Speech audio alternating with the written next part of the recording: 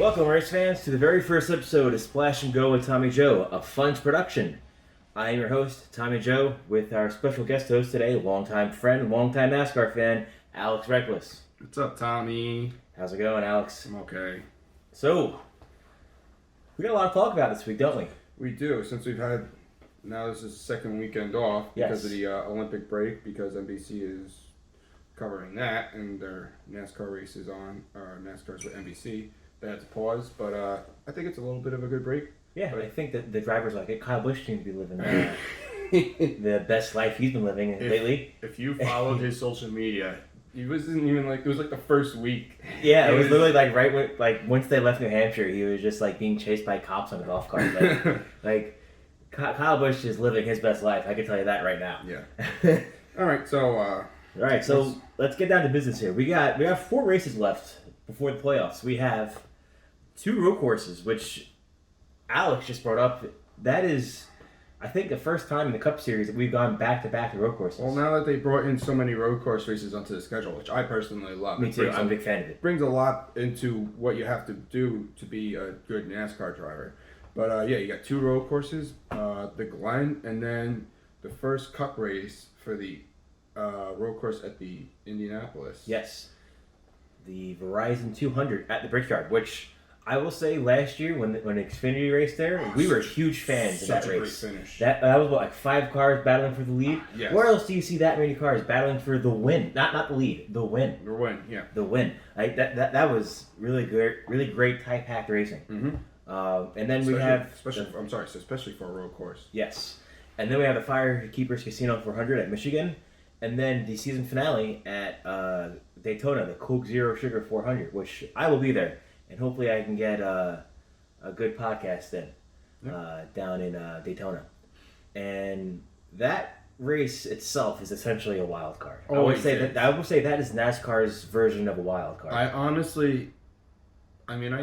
not the biggest fan of Super Speedway because it's such a wild card. Anybody can win. But honestly, to have it as the regular season closer, especially with the way the standings are right now, is going to be crazy. And let's talk about those standings, because we have a season points leader who's not locked into the playoffs. With those type of races, especially Daytona as the last race of the regular season, Denny Hamlin could easily be knocked out. Very easily, especially when you have guys like...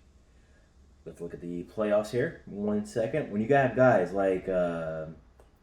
Tyler Reddick, Kevin Harvick, Austin Dillon, Chris Buescher, Matt DiBenedetto, Ross Chastain, Bubba Wallace, Ricky Stenhouse, who has been known to get stuff done at Daytona. You also have Daniel Suarez and Chase Briscoe. I really say that last race is up for anyone. All those drivers that you just listed can easily be at the be in the lead at the finish. Yeah, and not just Daytona. I feel like any one of those guys have a chance in the next 4 races. Definitely. Matt DiBenedetto has showed some strong finishes at road courses. Kevin Harvick is always just a strong driver. Daniel Suarez has been doing okay this year in the new ride. He's been kind of riding under the radar. Very quietly. In the 99 car. Very quietly, but he's put up some good finishes. He has. Ross Chastain is running really strong in his first year in the 42 car. So there's definitely a lot of drivers, even outside the bubble, that could easily put up get their first win or just a couple wins and really make an upset entry into the playoffs this year. Yeah, and I'll say, seeing that Chase Briscoe is currently sitting in 24th, that kind of surprises me because he set the Xfinity Series on fire last year. I think he won 9 races last year. Probably. It was something about I know it was about 9 races. He didn't win the championship. That went to Austin Cindric. But I'm really surprised that he's struggling. I think it just goes to show how hard these cars are to drive. Well, I think that also goes. We haven't seen a lot of strong wins from the Ford camp. That is true too. The Ford camp has been struggling quite a bit this year. They came out pretty strong at Daytona. In the first couple of races, they were pretty strong. And then once we got to the first mile and a half track, Kyle Larson kind of set everything on fire, which unfortunately, I'm biased, I'm a Hendrick Motorsports fan. He lost to Blaney at Vegas. But Ford had a pretty good beginning to the year, and then they seemed to kind of fall off. And then there was this surge of Toyota wins, and then we had this Hendrick domination for a long time. Starting with Kyle Larson at No, was that starting with? I think it was starting with Chase at Coda, right? Maybe. That was that was the first win, and then Hendrick Engines won almost every race from there to Kurt Busch at Atlanta. Yeah, we got to see one of those wins at Dover. We did. We got to see Alex Bowman win at Dover, which was another upset win, another upset loss for Kyle Larson. He had the best car all day. And even though this wasn't a points race, I did also get to see in that domination. I got to see Kyle Larson win the All-Star race. Yeah, you got to see Hendrick Motorsports completely whooped everyone's ass in Texas for the All-Star race. All right, so let's get back on topic a little bit. We went off talking about those Ford cars not doing well. Jenny's in a Toyota, and Toyota's been doing good. He's had such strong finishes that he is the regular points leader. Yes, and if there's no new winners, or if there's 2 new winners and there's still a 3rd spot available, then he's in. Well, as long as he still stays in that first place. If Kyle Larson can knock him out, that's going to be pretty dangerous. That's another thing that he has to watch out for. That Kyle Larson does not overtake his position in the playoffs, so he's out. Mm-hmm. Especially if there's other winners. Kyle Larson's right there with all those wins that he has. Because if the points don't change too much, he's sitting 4th once they go to... What's the first race? We're probably going to edit this part right here. No, Darlington. So when the series playoffs kicks off in Darlington, you have... Yes? No, I was going to put the standings back up. Oh. I have this right here. This is our first podcast. Like, no, you're fine. Bear with us here, guys. Yeah. So the standings are over here. Okay. So just leave that open. I have this here. Okay. So going into there, you have Denny Hamlin who's sitting in 4th, which is not a bad spot to be. I mean, Kyle Larson comes in with a huge lead over Martin Truex Jr. But Denny Hamlin's not too far behind that. But he's only 3 points behind Truex. Yeah, I mean, Denny Hamlin still had a really strong season. He's got a lot of stage wins. Yes. Sorry. He's got a lot of stage wins, which gives him a lot of championship points. But he just doesn't have that win. So how does that make you feel about the playoffs? The fact that he still doesn't have this win and he has a chance not to make it. I'm kind of indifferent because he hasn't won, which clearly shows. But he's very competitive. He just can't get it done. I think it just goes to show how hard and how competitive the season is. That even without a win and performing so well, you're not always guaranteed. See, now, if this was before the playoffs, he had such a dominating win, we'd be like, yeah, he's going to win the championship. Yeah. If this was pre-Chase, this was the Winston Cup era, we'd probably have another Matt Kenseth on our hands. Yeah, but that's why I like this current playoff system, is it does put an emphasis on having to win. Yes. But now with the stages and the stage points, it does put an emphasis on doing good throughout the whole race, which is why Denny Hamlin is still so high up in the points. But yeah, he's got to get that win. He's got to get that win, which also we don't want to discount Denny Hamlin. He has his best chance of anyone that's not locked in to win any of these next 4 races. Exactly. He just has to get it done at the end. And again, that kind of why the NASCAR brought in the playoffs, because any other sports, I get it. NASCAR's motor racing sport, ball and bat sports. Yeah, you don't have everyone competing at the same time in all the other sports of playoffs. I get that. But you gotta win.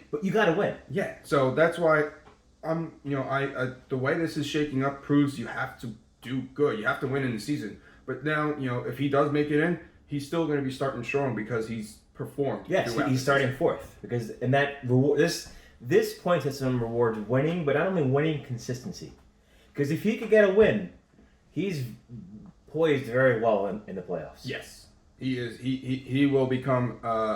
He will stay a threat and contender for the championship. Now, the only change I would like to make personally to the playoff picture, the playoff point system, is that I wish that the winner of the regular season got a bye all the way to Homestead, bye all the way to Phoenix. Okay, now So you could either have the rest of the guys race for the other 3 spots, or you have the regular season champion over on his own, and then you make your own final 4, and then you have 5 guys going for the championship. Okay. Now, put it this way: Denny doesn't win these next 4 races, and there's repeat winners. So those other guys, he beats them in. He gets a bye without winning a race to the Phoenix.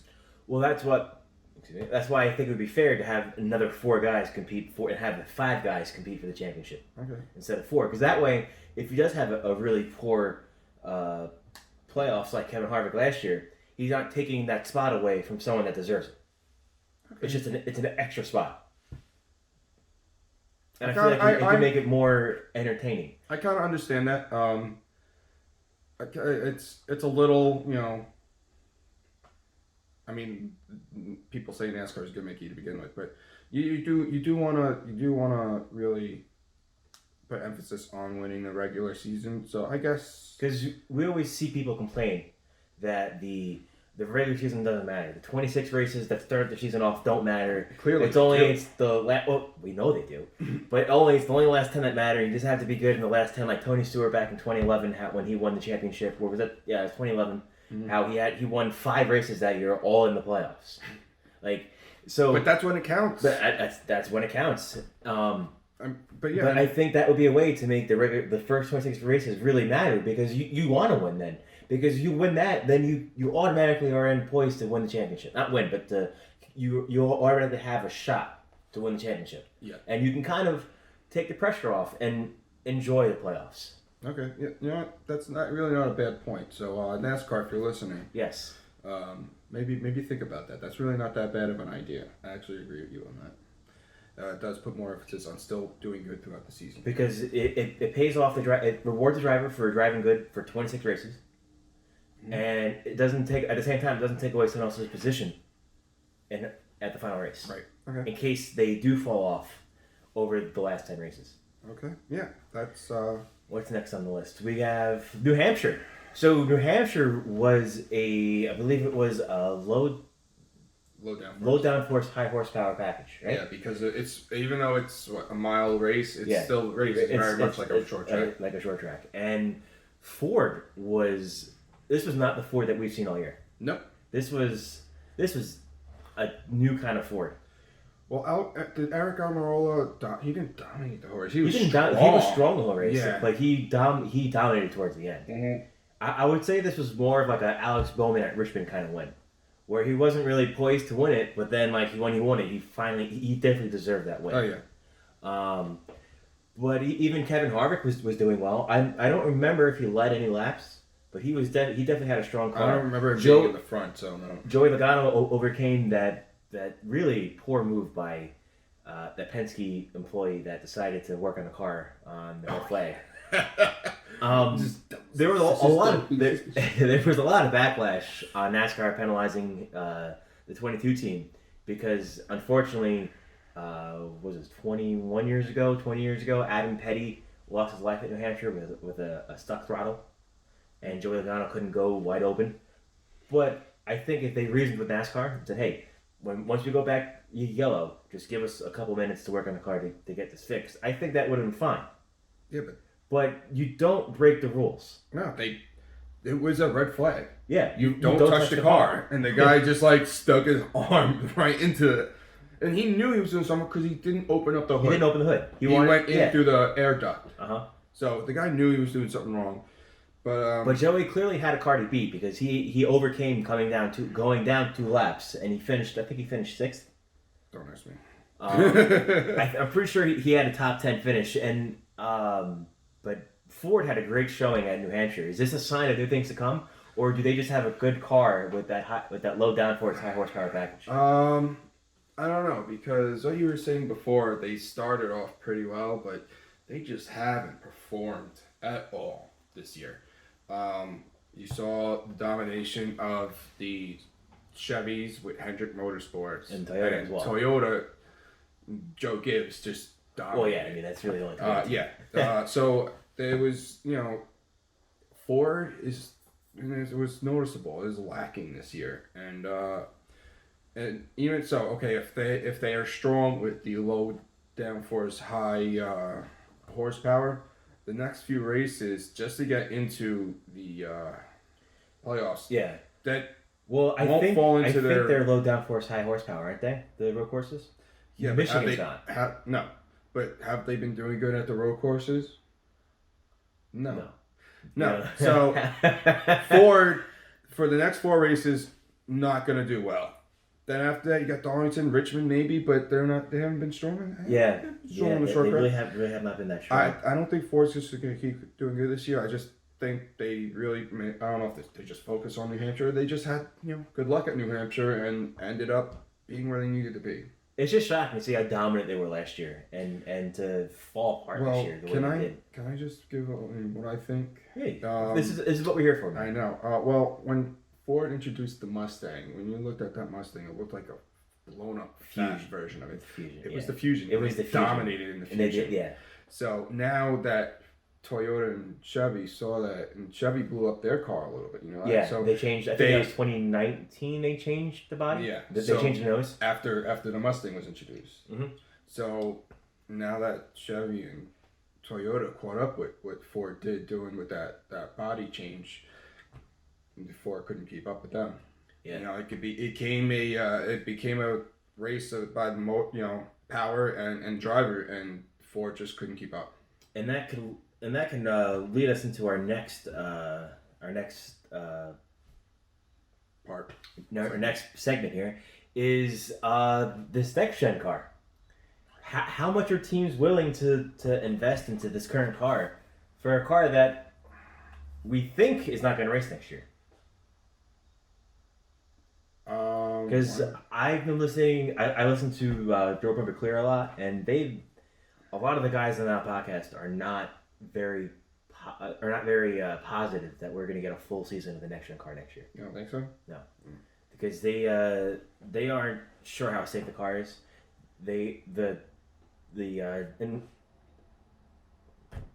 Testing. The deployment of the body of the roll cages have been delayed a month. I mean, the teams are trying to get it now, but they're already a month back from where they were. And they were doing a load force test at Texas. I think it was last weekend. Okay. And they had some test drivers driving the cars to get some data, and supposedly the TRD car didn't have a positive outcome. According to Twitter and according to other sources, the TRD car made contact with the wall. We don't know how bad. There's no pictures of it. There's no video of it, but we do know the driver's okay. The driver was a spotter for Mark Truex Jr., who is also a sim driver for Joker's Racing. But this 2022 is going to be a big year for NASCAR. We still don't have a schedule either. No, I hope honestly I would like the schedule to stay the same. I like the schedule that they had this year. Even with the 2-week break. Well, we probably won't get that because there's no. Well, that's how they got. That's how they got the doubleheader, was because they needed to. What doubleheader? Pocono. Well, they did that during the pandemic too. That was scheduled to be before even the pandemic. Yeah, because it was the Olympics. The Olympics were last year. Oh. Well, I hope they keep the doubleheader because God, that was such an amazing weekend. That was a great Pocono weekend. hosted it great, and it was such a great turnout. So we did record a podcast at Pocono, but you never got it. I came into issues with editing it, and it might come up maybe during the off season as a little bonus for whatever fans we generate here. Yeah. But Pocono doubleheader was a really great weekend. We've been going to races together since at least the last 4 years now. Something like that. And this has definitely been the best experience. Absolutely.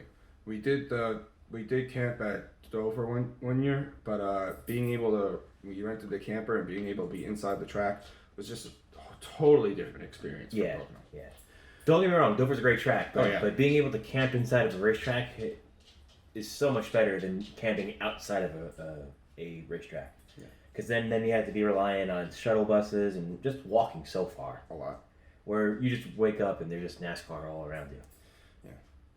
Anyway, so a little off topic there. But, a little off topic. But I don't have much to say about the new cars. I just know they're coming out. They look like they're going to be good. And NASCAR's been talking about what they're putting into it. It looks like it should produce good racing. So I really do look forward to it. Hopefully these little. It's only been a few things that they've had issues with the crashing and how it's taking these crashes. Hopefully they could get it figured out and it's really not that big of a deal. Because I would love to see it next year, and I'd love to see the racing that it produced, because I feel like it's just going to be some of the best racing we've ever seen. I think it too. It's definitely. I don't think it's going to be exactly like the Gen 4, how that racing was, but to make the cars safe, I don't think that is. Also, that's one thing that I want to touch on. You keep hearing these rumors about how these cars are unsafe. New car? The new car. I want to just speak from my experience as being a fan and someone that's watched NASCAR closely for like the last 20 years. Yeah. There's nothing more important to NASCAR than safety. Yeah. When we lost Dale 20 years ago, that became initiative number one for NASCAR. And I really don't think that they would overlook something like the car being too stiff. Absolutely. Or I really don't think, like NASCAR does a lot wrong. I'll be the first one to call them out on their BS. But I think the last thing that they would do is overlook safety. Right.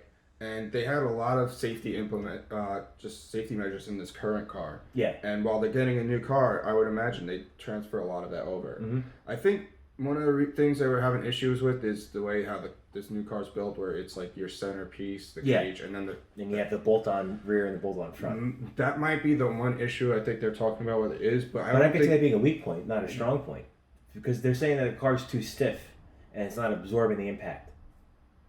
Yeah, that should be parts where it should absorb that. Yeah, you would think so. I don't know. Then I don't know. I just don't know that. Yeah. But I really don't think that safety is going to be an issue. That's just my personal opinion. I could be dead wrong. We could go out to Daytona next year, and I could eat my words. I mean, we almost saw that this year. Yeah. Well, 2 years ago. 2 years ago. 2 years ago. Whatever. Oh no, that was last. God, that was last year. I thought it was the Daytona 500. 2020. You talking about Newman? Yeah. Yeah, that was 2020. Fuck. Yeah. All right. Next lap. Matty D. I love him. We know that Alexx here, he loves Matty D. We actually did we see him at Pokemon? Yeah, we did see him. Yeah, we got a signature on my car. We did. Yeah. I think Matty D is a great guy. I think he has a great personality. He's very easily likable by fans. Mm-hmm. But at the end of the day, he hasn't won.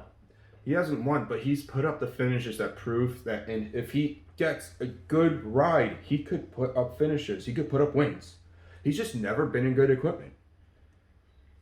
I mean, the Go Fast was never good. No. But I don't even know what he was in before that. BK Racing, not good. But how long does he go for his career? He just needs a good ride. When he gets slightly better equipment than what he was in before. But he put up second place finishes, top 5s, top 10s. He puts up the finishes. You know, we were talking about points before, and he's just outside the bubble because he's, he had some unfortunate finishes this year. Yeah, he's 19th currently. Because his pit crew sucked this year. Yeah. They've given up so many. He'd be running in the top 10, like 7th position. He goes in the pit. They have the worst pit stop ever, like a 20 seconds, and he loses all those. What? That is slow. Yeah. And, then that's his race for the, Yeah. So, but when the pit crew is good and the team's on point, he's got a top 10. But I don't think he's had the cars. Which brings me up to my next point. If Matty D is such a great driver, he needs better equipment. Why are all his fans upset that he's lost his ride with Woodrose if it's not a good car? I mean, granted, you need a car to race, but if it's not a good ride, why is everybody upset? Especially when he was told a year ago that he was out. No, I'm not super upset by it. I'm not saying you personally, but there's a lot of people on the internet crying about it. I think the news of what we'll talk about later about what's going on with Penske Racing, that may have given us a chance to probably see him stay in the 21 car, and then they just pull a driver out of nowhere, Harrison Burton. Yeah. That's how I get that. I think that's kind of like where are you getting him from? You still had a driver right here if you get but I think that's why they're up in arms a little bit. But no, yeah, because now you got to think, where is he gonna go? I don't know where he goes. Yeah. There's no open competitive ride right now. No. And so if you see him going to another ride that's not competitive, then he's not gonna get a win. Yeah. Which I think that's a problem with these charters, because I feel like there's owners out there that want to field another car, but they can't afford another charter. Yeah. Because the charter is like buying a whole other race team to begin with. There's I think there's 36 charters, so it's like, why? I hate this charter system. I love it. I love it and hate it at the same time, because it gives the team worth. It gives the team value if they want to sell. But now you come down to this, where you have people like Rick Ware Racing who have no business in NASCAR. He may be great in IMSA. He may be great in IndyCar. He does not belong in NASCAR. Not at all. He's just riding around, and it's just for motorsports. Exactly. Because he's in motorsports, but exactly. He's not going to NASCAR. Because like Dale Jr. could probably use one of those. I'm sure this new venture with Keselowski going to Roush Fenway, I'm pretty sure they might like a couple of charters too. Yeah, that and also, what's it called? Spire buying Chip Ganassi. Trackhouse. I'm sorry. Trackhouse buying Chip Ganassi. They're only going to have two charters, right? Yeah. Even though you had a team that was 2 charters and a team of 1 charter, but now they're only going to have 2. Yeah, because you weren't completely wrong. Trackhouse leased the charter from Spire, which that's why I had Spire. Which I believe, I'm not entirely sure here. Don't crucify. That's where all this stuff gets confusing. I believe it was either GMS, which is another new team coming in, or it was a colleague that bought that Spire charter that the Trackhouse is using. Okay, so now Trackhouse is just buying the 2. So they're buying the 2 charters. Okay. And I gotta tell you, of all the things that happened lately in NASCAR, that had to be the one that surprised me the most. I would say so. Because you had this new team. This new team who's somewhat competitive. Okay. Buy a team that's been... Buy a legacy team. That's like video game status. Yes, stuff. exactly. And it wasn't even for sale. It wasn't like, Chip Ganassi's for sale. And like, who's potential buyers? It was just like, Justin Marks of Trackhouse Racing buys Chip Ganassi's NASCAR program. What? Yeah. That was a little wild there. Yeah. Totally unexpected, but and that's going to change up seats again. Yeah, for a lot of drivers. And I think that going forward with Trackhouse, I think they're going to keep Ross. You think? Okay. One, Ross is cheaper. Yeah. Because in NASCAR, money's everything. And then they're going to stay with Daniel Suarez. Yeah, I was going to stay with Daniel Suarez. So that's your 2 drivers. And I think if 2311 can get the second charter, I'm pretty sure that's where Kurt Busch is going to go. Okay. Because Kurt Busch is a great driver. Mm-hmm. He's a very seasoned veteran driver. Yeah. And it's kind of funny how Kurt Busch started out worse than Kyle as far as fan reception. Yeah. And now he's like the fan favorite. Like people are rooting for him. Where 10 years ago they'd be like, screw Kyle Busch. Yeah, screw Kurt Busch. Yeah. He was, his attitude was not the best. He goes to these teams ever since he started to turn himself around. He goes to these teams and he kind of brings them up. Builds them up. He's able to give them the experience. He's able to give him lessons from experience that he's learned to be like, you gotta do it this way or whatever. You gotta make the car this. Unfortunately, the team's also full. But because he's like, you gotta spend this money, and then they do, okay, and then it's like we don't have any more money. But yeah, I guess I could see. I guess I could see Kurt Busch going to 23. So I guess that brings us next to Keselowski, the big news of the biggest worst kept secret in NASCAR. Yeah, I almost remember. I could have sworn I remember seeing like a post by like NBC Sports months ago. It was confirmed that he was going to Roush Fenway. Yeah, it's been months. I could have sworn I saw that. That's probably why all the rumors came, and then I think the second worst kept secret would probably be Michael Jordan and Denny Hamlin making a race team, which I didn't believe at first. That was like, that's not happening. Why was it? Why would it have been a secret? Because it was a rumor. Like, that's not happening. Because everyone's like, Denny Hamlin and Michael Jordan are going to make a race team, and Bubba Wallace is going to race for him. This was like months before it was even announced, and I'm like, what? That makes no sense. Why would Denny make his own race team? Why would Michael Jordan get into NASCAR? Why not? And I'm like, this makes absolutely no sense. Well, they did it. But they did it. So, but yeah. So now we have Keselowski going to Roush Runner Racing, looking for with a driver ownership role. I believe he's the director of competition. I think. I don't know. I forget exactly. He's gonna be. He has some role. He has a seat at the table. Yeah. He has a seat at the table over at Roush, which will eventually go to a bigger role once he's out of the car. Once he retires. Once he retires from driving, and Jack Roush is done, retires from owning, it's going to be Brad. And I'm pretty sure that they're going to keep Buescher, because Buescher's contracted. He's young. He's cheaper. Mm-hmm. That's one thing that people have to realize is that if you're older and you're not winning races and you're not knocking down records, you're really not wanted. No. Because you cost so much more money to sponsor, to employ, where you can get someone cheaper and you can build them the way that you want them to be built. Right. I know there's talks of Newman doing a partial schedule next year. Well, he was given a lot of options. I haven't heard anything since then. Yeah. But it was either partial schedule, somewhere in the office. I think he would get somewhere in the office because let's not forget, he invented the Newman bar. He's an engineer. He's an engineer, which saved his life at Daytona. Yeah. He could go to any team and be very valuable behind the scenes. Yeah. I feel like he is the I can't think of his name. Cowboys quarterback, not Dak Prescott. I'm not a football guy, so don't ask me. He's the Tony Romo of NASCAR. Sure. Because Tony Romo in that booth, he knows so much about football, but he just cannot get it done on the field. Where I feel like Newman, he knows so much. I feel like about the car and about physics and science. He belongs a lot more in a suit role than a fire suit role. In the shop, in the office, yeah, definitely.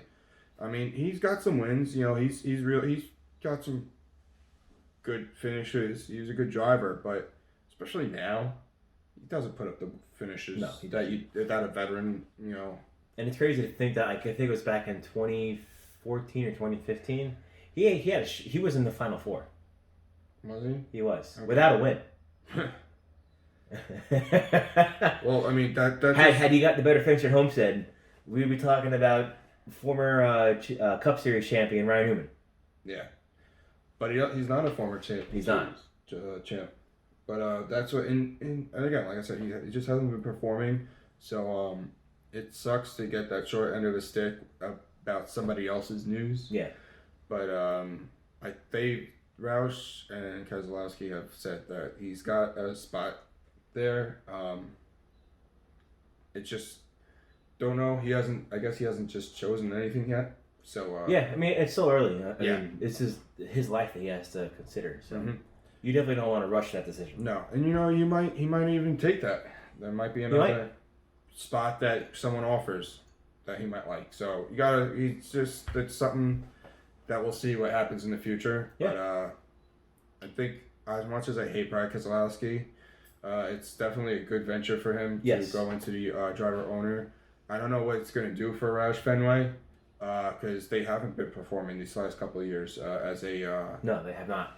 As a Ford team, Stewart Haas was really the Ford team.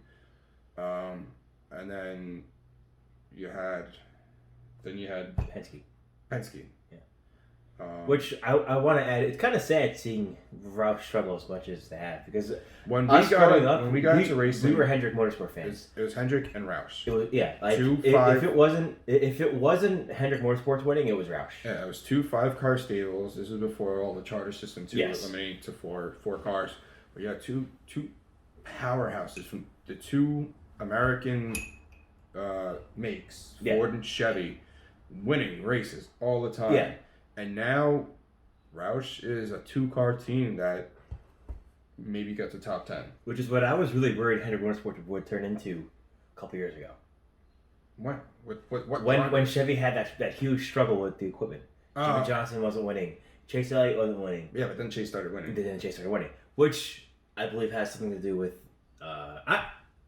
I'm not superstitious. I'm a little stitious, but I'm pretty sure Chase Elliott going in the 24 car, he was destined not to win in the 24. I guess not. There was some kind of curse on that number. Byron was able to fix it. Yeah, I think he was able to fix it with Chad Knaus. But yeah. Again, the wild card race last year, when Daytona was the last race, and he won Daytona. Yeah. Getting his spot in the playoffs. Wild card. I'm telling you that's NASCAR's version. That was his first win. Yeah. Huh. But I just really hope that Roush Fenway can. I hope Brad can breathe new life into Roush Fenway, whatever they end up calling it, because they have like 9 owners. I know. I think that might be a little issue because you have Fenway Sports Group that owns part. You have Jack Roush. You're gonna have Brett Keselowski. Mm-hmm. There's another kind of firm that's ownership of there. You have. I'm pretty sure LeBron James owns part of Roush Fenway Racing too. Are we gonna call it LeBron? Well, Keselowski James. Yeah, like. I think that might be a little bit of misdirection. I think might be. There's definitely too many Chiefs and not enough Indians. Well, that's why they're not at Roush Fenway. Maybe. I mean, it's all just money, and all at that point, those other names. That's why they're not a name on. Yeah, exactly. It's just money, but hopefully, maybe with the driver going in, it'll. He'll be able to give some direction as to where they need to put their money. Yeah. And make the cars better. And again, with these new cars, I mean, I think this next year is going to be the most even we see the field. Absolutely, because it's all new drivers. It's all new cars, all new technology. I think this is going to be the most even you're going to see the playing field in a long time. Okay. In a very long time. Yeah. So don't be surprised for next year to see a lot of new winners.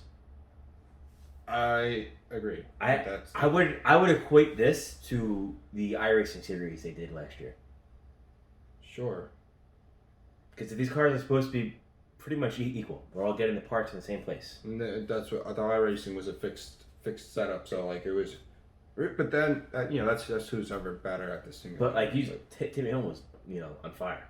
Because he's good at racing on the simulator. You might find someone that's in lesser equipment might do better. I hope to see that. Until these big teams, find loopholes and stuff to always will modify their stuff or just engineer better results. Yeah. So I guess we touched on this a little bit, but the Olympic break, should NASCAR do this every year? Don't they usually have like a off week? We usually have like an off week, one off week. But do you think they should do the 2 weeks? No. Yeah. Because especially if there wasn't the Olympics, what do we do? No, yeah, that's really all. It's really just a programming schedule conflict. Yeah, I'm sure the drivers liked it. Oh yeah, well they got time off, but it's really just a scheduling conflict with NBC Sports, and we just happen to get it. But we don't even have NBC next year, right? No, that's the weird thing. Which NBC Sports is, I think they're sending the races to USA Today, not USA Today, as a newspaper, USA, and I think TNT. Is it still NBC is doing it? It's still NBC. Sports. It's just not NBC Sports. NBC Sports is going away. Okay. So then it would probably be TNT. I don't know, because they did show them on TNT. Remember? They used ACDC TNT. Yeah, they did.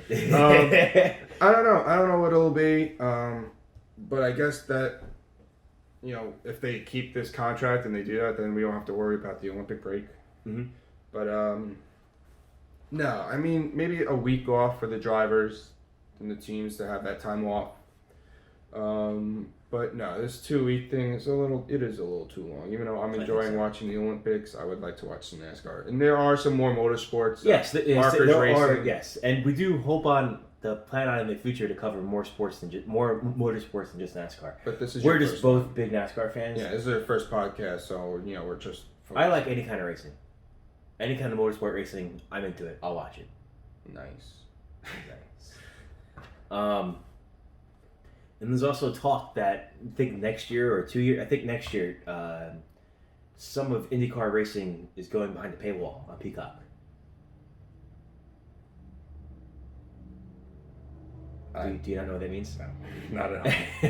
You're talking about you like... have to get a premium subscription to Peacock, which is NBC's streaming platform.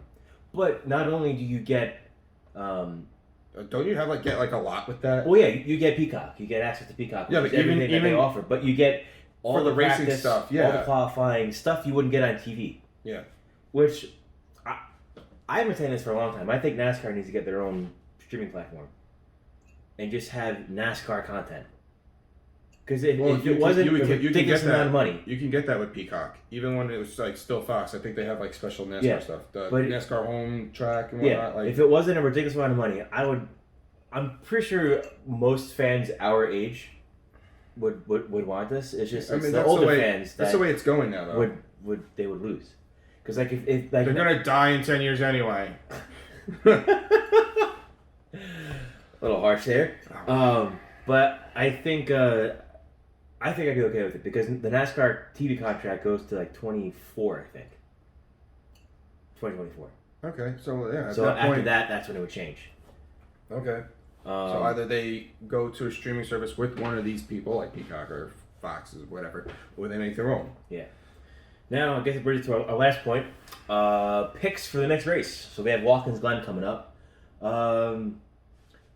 Who's your pick to win? Chase Elliott. Chase Elliott. Chase Elliott. Chase Elliott is really a very good choice, a very smart choice.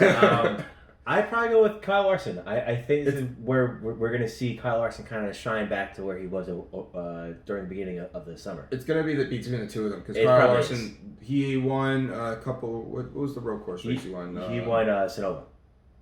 Sonoma. Okay, yeah, and then Chase got lucky with Coda, and Chase won Sonoma.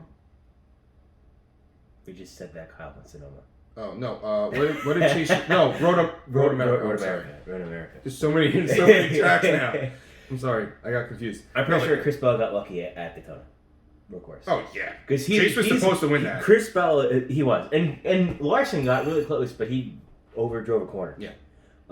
Let's see, where is Chris Bell? Because Chris Bell's at the bottom of. No, he's had some good finishes. He has a couple wins. He's 15th. Is that? Oh no, he's 12th. Is that road course the only win he has? Oh, okay. He has 5 playoff points, which I think is the win. Oh, I thought he had some better finishes. I don't know.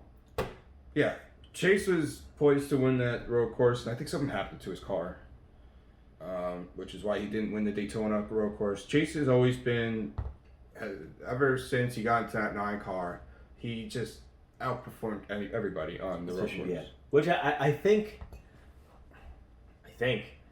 that the Hendrick track attack program that they have, that they can make these. Well, it's not a secret. They put this out there. I think their track attack program where you could buy a full-fledged Cup Series car for your own personal use. You could use it at like track days. Track days. Yeah. That there was a rumor going around that Jeff Gordon was driving these cars. Well, it's not okay. It's not rumors because this isn't a secret. When they were test these cars before they gave it to someone. Who was driving the car? Jeff Gordon. Jeff Gordon was always a great road course racer. Yeah. And who's to say that they didn't drive some of these cars they made for whoever and got data out of it? Of course, yeah. I mean, they're slightly off from what the Cup cars that they're racing now are. These track cars, while they are the current Cup car, they have the new sequential shifter and a couple other different things, but they are essentially the same thing as what they are racing right now. Oh, you can also order any which way you want. I mean, that is also you could, if you want to order Rainbow Warrior Rainbow Warrior car. Put that out. I don't know if we should curse. I already cursed. All right. A Rainbow Warrior car. You can do that. I don't know how the front guys are about it, but you can just put explicit content. Yeah, I'll probably do that. But I definitely think it's going to be a 100 sports car that's going to steal the day. Probably either the 9 or the 5. I think that would be a very safe bet. And Watkins Glen is probably my favorite road course. It's very fast. It's very fast. It's very fun. At least on iRacing and racing games, it's a very fun track to drive. It's one of the more, it's not like very all around. It's just very regular. It's a track that you could find a groove and just get in the rhythm and Sonoma is like twisty windy. Yeah. Road America is very twisty windy. Coda is a very technical track. It is. And while Watkins Glen doesn't have a lot of those technical turns because it's not F1 track, it's still very It's like I just imagine like a blueprint track. Yeah. It's just you have this turn here. These S's are very it's that. So yeah, it's a very good race to watch because you get to see these very I don't know where I was going with that, but like you get good finishes like Mark Sambros and Brett Keselowski. They get back in 2012. That was a great finish. Chase Elliott's first one. Yeah, that was a great finish. I think Tony Stewart had some. Tony, I'm sure Jeff Gordon had some great finishes there too. No, Watkins Glen always puts up a good race. And I guess next week if Chase Elliott wins, we'll be talking about is Chase Elliott the road course king? Is he better than Tony Stewart and Jeff Gordon? He's almost. Has he not tied Jeff Gordon yet? I don't think so, but he has. I think his winning percentage is higher than where they are in their career. Oh yeah, because of how many he's gotten since. No, I'm saying, but like a total road courses races. He's poised. He's poised to when he gets to the same number of races that Jeff has gotten to, he's gonna have more wins than him. Oh, he is. That's what your ratio you're talking about. Yeah. Like it took him a shorter time to get the number that he's gotten than what Jeff has gotten. And I would say that's even more to Chase Elliott's point because he's done it on different road courses. Yeah. Where like they're only racing on Sonoma and yeah, I mean he's had more He's had more chances. And Watkins Glen. He's had more chances to do it. Jeff only had 2 races a season, but I'm sure if Jeff had the chance, he would have put up more wins. And I don't think it's fair to discredit Tony and Jeff winning on the road courses they were given. They could have won more. Yeah. Had they had more. The car, there's always going to be different, the car, the way the car handles, the competition now, versus then, how many races, like you said. But coming out of Watkins Glen, if it does happen to be the 5 of Kyle Larson to take the victory, that spells very bad news for Denny Hamlin. Oh yeah, if he doesn't get if Denny just doesn't get a good finish in general, that'll probably put him outside the points. Well, he's only 22 points out. See, I don't know right there. I don't know what those plus are. See, excuse us. The NASCAR.com website is 13. Okay, yeah, there we go. So Kyle Larson's only 13 points behind Denny Hamlin, and I'm sure a win would not fare well for Denny Hamlin. No, then he would be just outside the point standing. Yeah, which would be if he's in second, then he's got to count his days. Yeah, because there's a lot of great talent that's left to win. Right, exactly. This might be the first year we see more than 16 winners. It's possible. What are we it's at very right now? possible. We are at 15. I think we're at 13. 13. Let's go back. So are you just saying for this year, 2021 season? We have 12 winners.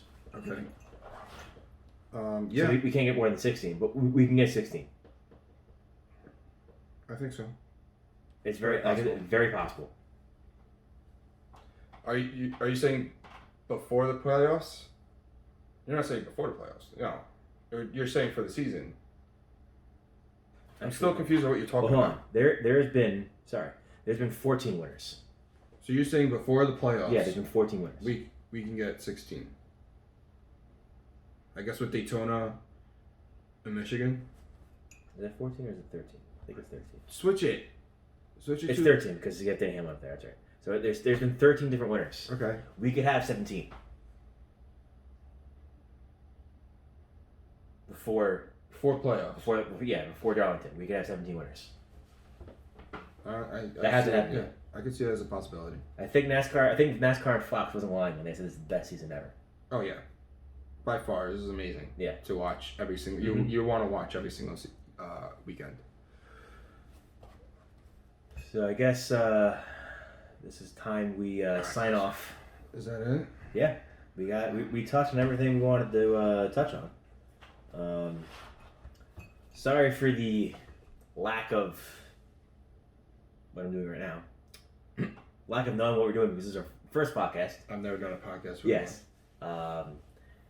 So we are hoping to learn with you guys as you watch and as we give you guys information. We hope to get better. Yeah, we'll probably get yelled at by the fence guys, like to do something. I don't know. Yeah, Jack, we're sorry, but we're doing our best. Yeah. I mean, you watch podcasts, though. Yeah, or you listen to podcasts. I listen to podcasts, so I kind of. You should have an idea. You should be able to make an idea. Yeah, I should be able to get better.